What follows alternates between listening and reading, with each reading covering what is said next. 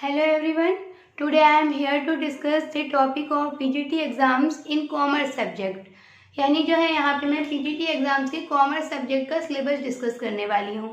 जैसा कि आप लोग जानते हैं कि TGT और PGT एग्जाम्स की वैकेंसीज आने वाली हैं और TGT एग्ज़ाम जो है वो थोड़ा सा मॉडरेट लेवल का होता है एंड PGT जो है वो स्टैंडर्ड लेवल का होता है। अगर हम बात करते हैं TGT एग्ज़ाम की, तो TGT एग्ज़ाम जो है वो और PGT एग्ज़ाम इनका सिलेबस ऑलमोस्ट सिमिलर होता है। अगर हम एक सब्जेक्ट कॉमर्स की बात करें तो TGT और PGT एग्जाम कॉमर्स का सिलेबस जो है वो सिमिलर होता है। You can go through with the official site, but अगर लेवल की बात करें तो ये बहुत ही सिंपल लेवल होता है या हम कह सकते हैं मॉडरेट लेवल होता है TGT एग्जाम का।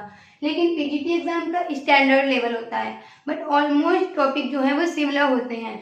इसलिए हम लोग फ्रेंड्स PGT एग्जाम्स की स्टडी करेंगे, जिससे कहते हैं ना कि अगर आपको कोई एग्जाम पास करना है तो आप बड़े एग्जाम की तैयारी करो तो छोटा एग्जाम अपने आप क्लियर होता है। सेम चीज को हम मानते हुए PGT एग्जाम्स के सिलेबस को डिस्कस कर रहे हैं और उसी के आगे फर्दर क्लासेस को हम कंटिन्यू करेंगे, जिससे TGT की तैयारी आपकी अपने आप होती रहेगी। तो स्टार्ट करते हैं PGT सिलेबस को।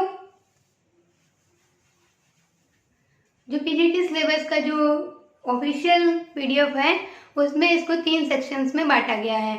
तो इसको हम जो है अगर हम इसकी डीप स्टडी करेंगे, फिलहाल तो हम इसका ओवरव्यू ले रहे हैं सिलेबस का कि 3 सेक्शन है इसमें।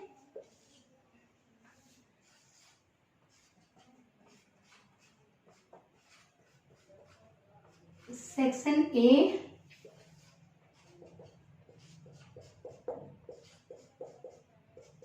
Section B and the last one is section C। 3 section में हमने इसको डिवाइड कर लिया है। एंड अगर हम लोग सेक्शन A की बात करें तो ये पूरी तरह इसमें जो है अकाउंट्स को शामिल किया गया है। अकाउंट्स जो है वो बहुत टाइप्स के होते हैं, इनकी बहुत स्ट्रीम्स होती हैं। जैसे कि PGT सिलेबस की जो मिनिमम रिक्वायरमेंट है वो PG होना कंपलसरी है। PG होने का मतलब है कि आपने MCOM किया होगा और MCOM करने का मतलब है कि आपने अकाउंट से बहुत सारी स्ट्रीम्स को पढ़ा होगा। जैसे कि हमारा फाइनेंशियल अकाउंटिंग है, कॉस्ट अकाउंटिंग है, टैक्स अकाउंटिंग है, मैनेजमेंट अकाउंटिंग है, उन्हीं को जो है आज हम इसमें देखेंगे। तो सेक्शन A में जो है इनको हम 4 सब स्ट्रीम्स में यानी सब टाइप्स में बांटेंगे। तो फर्स्ट जो है हमारा है फाइनेंशियल अकाउंटिंग।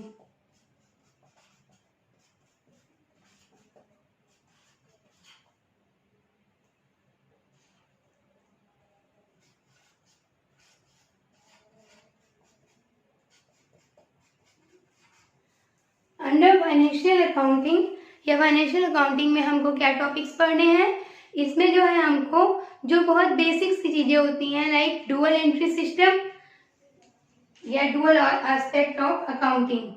हमको जो पहला टॉपिक है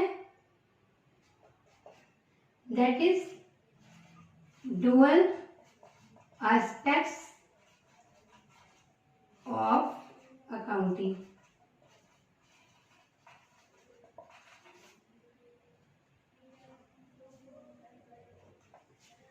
it is very basic term. Accounts जब हम लोग स्टार्ट करते हैं इवन 9th क्लास में पढ़ना, तभी हम लोग को ये चीज बताई जाती है कि डुअल एस्पेक्ट यानी द्विपक्षीय सिद्धांत ये अकाउंटिंग का सबसे इम्पोर्टेंट प्रिंसिपल है, जिसको हमें अपने दिमाग में हमेशा बिठा के रखना है। कि अगर कहा जाता है ये कहाँ से आया है, ये जो कुछ फैक्ट्स हैं उनको भी आप लोग नोट करते चलिए। ये आया है इटली से। कहाँ से लिया गया है इसको? इटली से।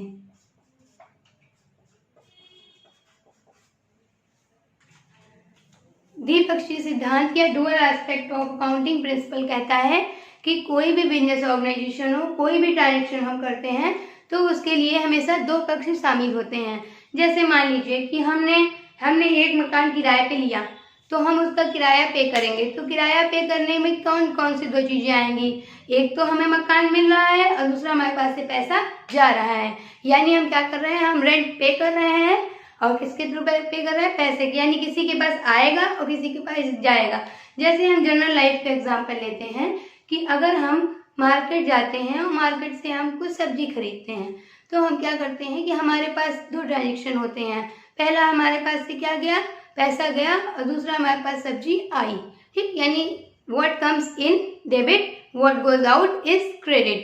ठीक, जैसे मान लीजिए हमने कोई सामान खरीदा, फॉर एग्जाम्पल कि हमने कुछ भी सामान खरीदा, लाइक हमने फ्रूट्स खरीदे तो हमने परचेज किया, तो हम यहाँ क्या लिख सकते हैं, purchase account debit to cash account,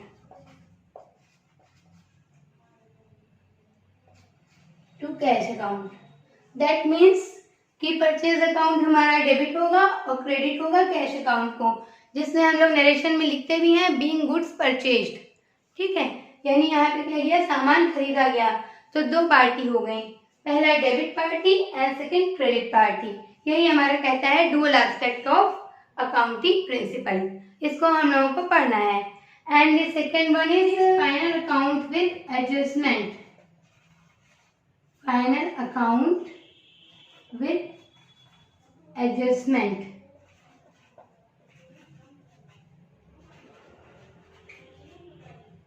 अगर हम लोग एडजस्टमेंट की बात करें या फाइनल अकाउंट्स की बात करें, तो फाइनल अकाउंट हमारे होते हैं, अगर हमसे कोई कहे कि अंतिम खाते तैयार करो या फाइनल अकाउंट्स तैयार करो, इसका मतलब है कि हम क्या क्या करेंगे, हम उसका पीएल अकाउंट, उसकी ट्रायल बैलेंस, बैलेंस शीट, यानी हमारा किस पे खत्म होता है, बैलेंस शीट पे, जो हमारे कंपनी की फाइनेंशियल पोजीशन को बताता है। और ये हो गया final account with adjustment. Adjustment क्या होते हैं, जैसे हम लोग कहते हैं कि मान लीजिए हम कहीं शॉप जा रहे हैं बाहर घूमने, फिर हम अपना बैग पैक करते हैं, उसमें हम लोग बोलते हैं कि अरे ये तो रखना रह ही गया, यानी जीन्स रखना बच गया या साड़ी रखनी बच गई, तो हम लोग कहते हैं कि इसको एडजस्ट करना पड़ेगा।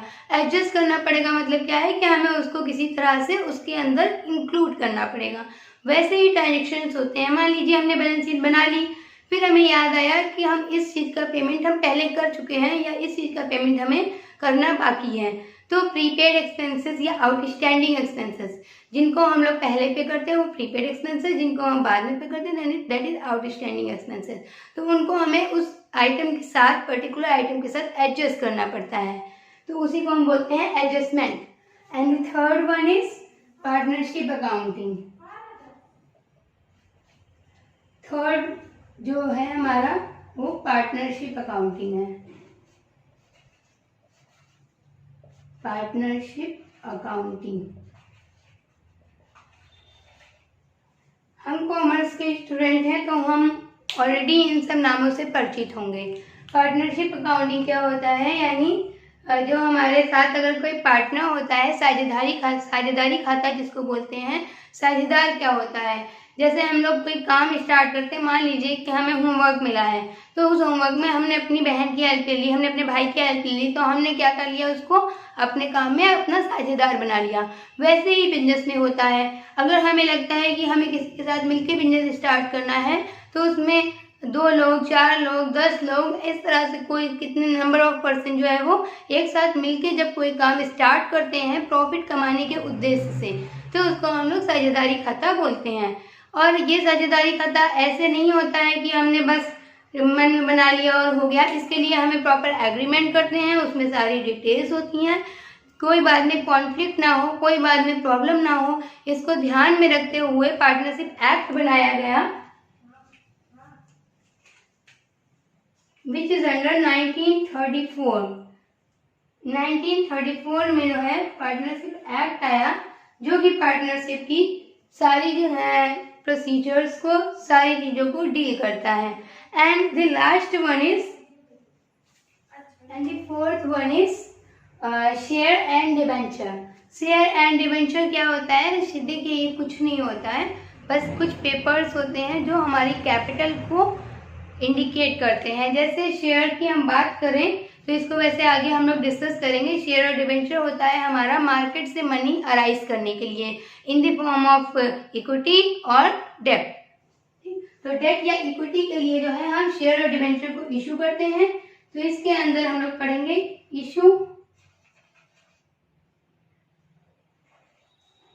Issue of share and debentures. Shares and debentures को इशू करना, इनको फॉरफिट करना एंड इनका रिडम्पशन। फॉरफिचर एंड रिडेम्पशन को भी हम स्टडी करेंगे। जब हम इसकी ब्रीफ में स्टडी करेंगे, जब हम इसको एक्सप्लेन करेंगे, तब जो है हम इन सारी चीज़ों को जो है प्रॉपर तरीके से पढ़ेंगे। अभी ये एक ओवरव्यू है। तो सेकंड सेक्शन है हमारा cost accounting.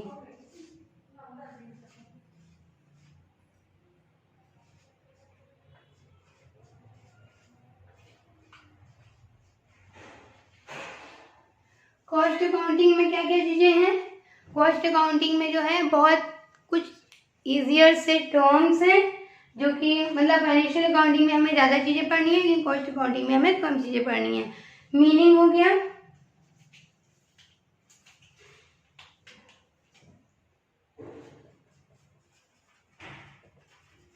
Meaning, objective, scope, elements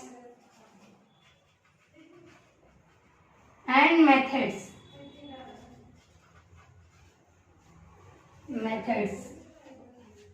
meaning, objective, scope, elements and methods. Cost accounting होता क्या है? देखिए, जब हम कोई चीज़ का प्रोडक्शन करते हैं तो हमें उसकी कॉस्ट निकालना बहुत ज़रूरी होता है। कॉस्ट निकालना क्यों ज़रूरी होता है? जिससे हम अपनी कॉस्ट मिनिमाइज करके, कॉस्ट को ऑप्टिमाइज करके हम अपने प्रॉफिट को मैक्सिमम कर सकें। क्योंकि कोई भी इंसान बिजनेस स्टार्ट करता है तो उसका एम होता है प्रॉफिट कमाना, और प्रॉफिट कब कमाया जा सकता है? जब हम उसकी कॉस्ट को मेंटेन रखें। कॉस्ट को मेंटेन या कंट्रोल रखने का मतलब है कि ऐसा नहीं है कि हमने 10 रुपये का पेन बनाया और हमने 10 रुपये ही उसकी कॉस्ट लग गई या 12 रुपये कॉस्ट लग गई, तो कोई क्यों बिजनेस रन करेगा? ठीक है, तो इसके लिए हमें क्या करना होता है कि हमें कॉस्ट अकाउंटिंग करनी पड़ती है कि एक पेन का कितना कॉस्ट आ रहा है, हमें उसकी कितनी यूनिट्स बनानी है, हमें उस पर कितना प्रॉफिट कमाना है, हमारा कितना फ्रेट चार्जेस लग रहे हैं, हमारी कितनी वेजेस लग रही है, सारी चीज़ों को इंक्लूड करके जो है हमें प्रॉपर फॉर्मेट तैयार करते हैं और उसके द्वारा हम कॉस्ट को डिसाइड करते हैं। तो that is cost accounting. Objectives क्या होते हैं इसका?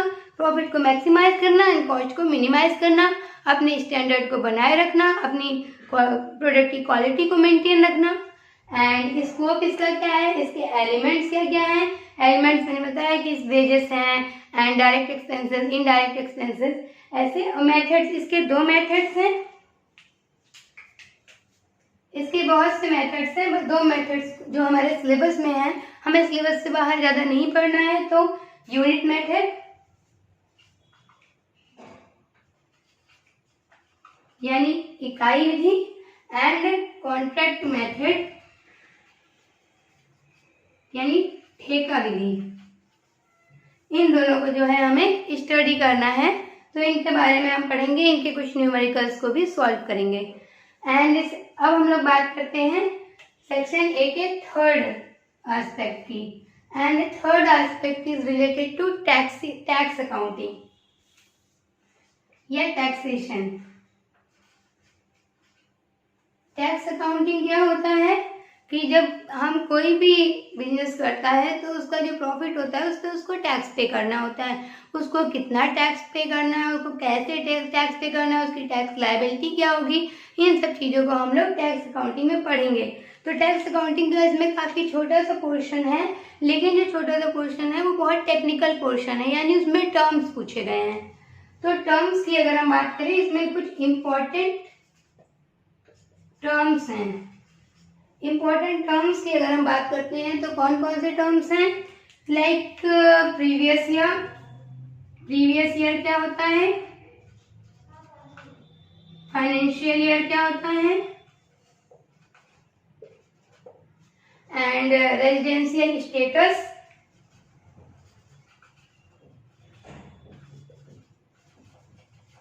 रेजिडेंशियल स्टेटस जो है वो बहुत मैटर करता है, इम्पॉर्टेंट है, क्योंकि कोई इंसान कहाँ पे अपना बिजनेस रन कर रहा है, वो किस गवर्नमेंट को अपना टैक्स देगा, कितना टैक्स देगा, वो पूरी तरह से इंडियन कंपनी है या फॉरेन कंपनी है, ये सारी चीज़ों को ध्यान में रखकर टैक्स लायबिलिटी कैलकुलेट की जाती है।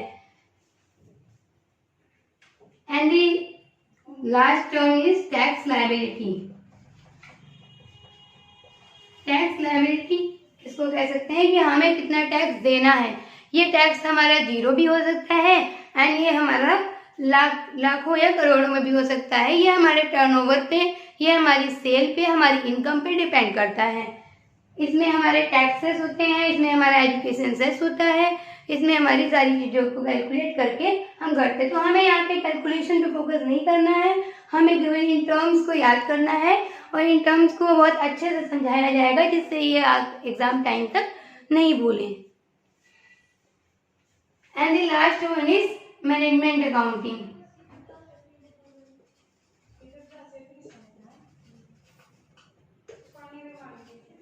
मैनेजमेंट अकाउंटिंग क्या होता है कि अब जब कोई भी बिजनेस होता है तो बिना प्लानिंग एंड बिना मैनेजमेंट के नहीं चलता है।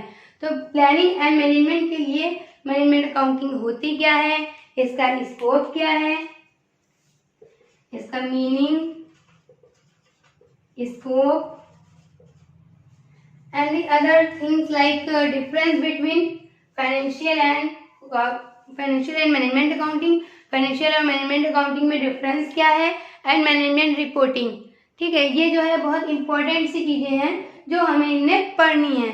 तो इस तरह से ये हमारा सेक्शन ए कंप्लीट होगा। अब हम बात करते हैं सेक्शन बी की। अब हम बात करते हैं फ्रेंड्स सेक्शन बी की। सेक्शन बी हमारा क्या है? सेक्शन बी हमारा है बिजनेस ऑर्गेनाइजेशन एंड मैनेजमेंट से।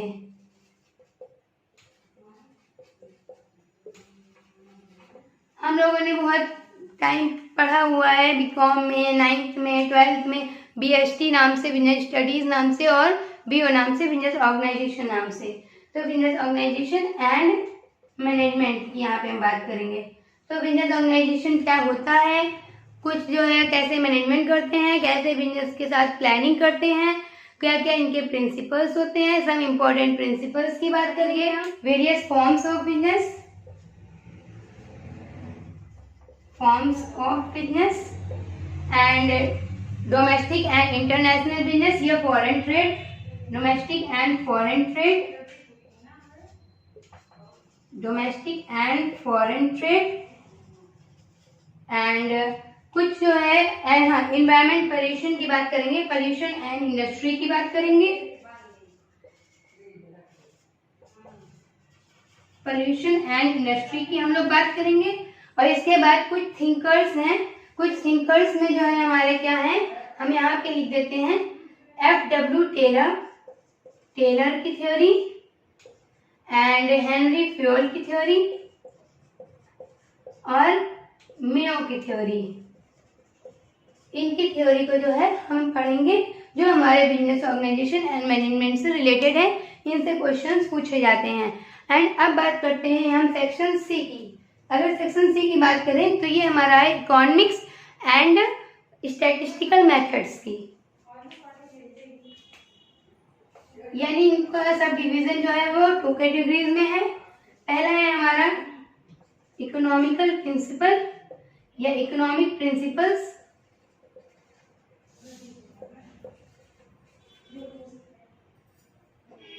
And the second one is statistical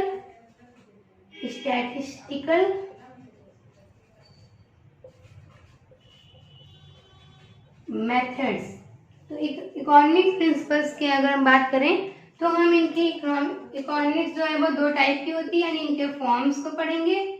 and जनसंख्या सिद्धांत यानी पॉपुलेशन प्रिंसिपल को पढ़ेंगे, पॉपुलेशन प्रिंसिपल को पढ़ेंगे, इंडिफरेंस कर्व को पढ़ेंगे, इंडिफरेंस कर्व, फिर लॉ ऑफ प्रोडक्शन,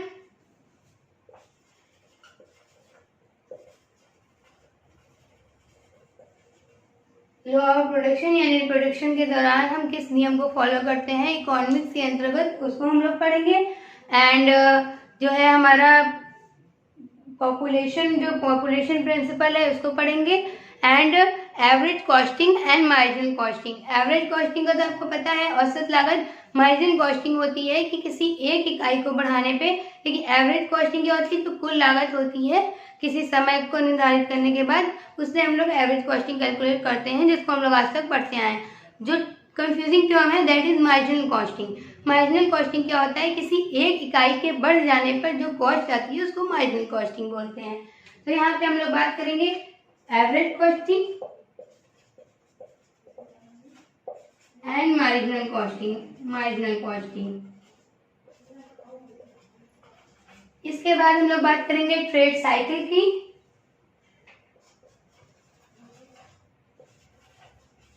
कोई भी ट्रेड हो वो एक अपनी हर ट्रेड की, जैसे हर एक इंसान की जीवन से लेकर मृत्यु तक का पूरा एक सफर होता है, वैसे ही हर एक ट्रेड का, एक व्यापार का भी एक अपना सफर होता है। तो उसकी एक लाइफ साइकिल होती है, उसको पढ़ना होता है, यानी स्टार्टिंग से वो कैसे कैसे ग्रो करता है, एंडिंग कैसे होती है, उसको हम लोग इकोनॉमिक्स में पढ़ते हैं। एंड इकोनॉमिक्स में जो है ट्रेड साइकिल के बाद हम लोग पढ़ेंगे नेशनल इनकम।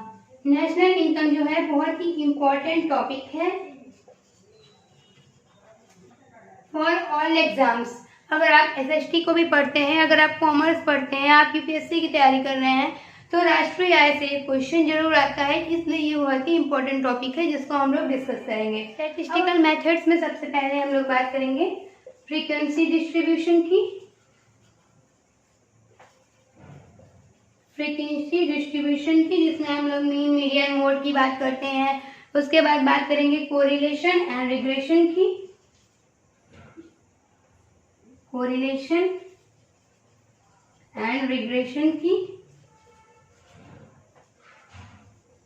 इसके बाद जो है कोएफिशिएंट की, time series analysis and demerits and suggestion है, और भी एक दो टॉपिक हैं जैसे इंडेक्सिंग है, तो इन सबको हम लोग पढ़ेंगे। तो स्टूडेंट्स, आई होप आपके लिए ये वीडियो हेल्पफुल रही होगी। एंड यहाँ पे हमने सिलेबस का ओवरव्यू लिया है, इसके बाद हम फर्दर क्लासेस में बहुत ईजिली जो है एक्सप्लेन करेंगे, और हमारा पूरा प्रयास रहेगा कि आपकी पीजीटी एग्जाम की तैयारी अच्छे से हो और आप उसमें सफलता प्राप्त करें। एंड तब तक के लिए keep learning and take care of yourself. Thank you.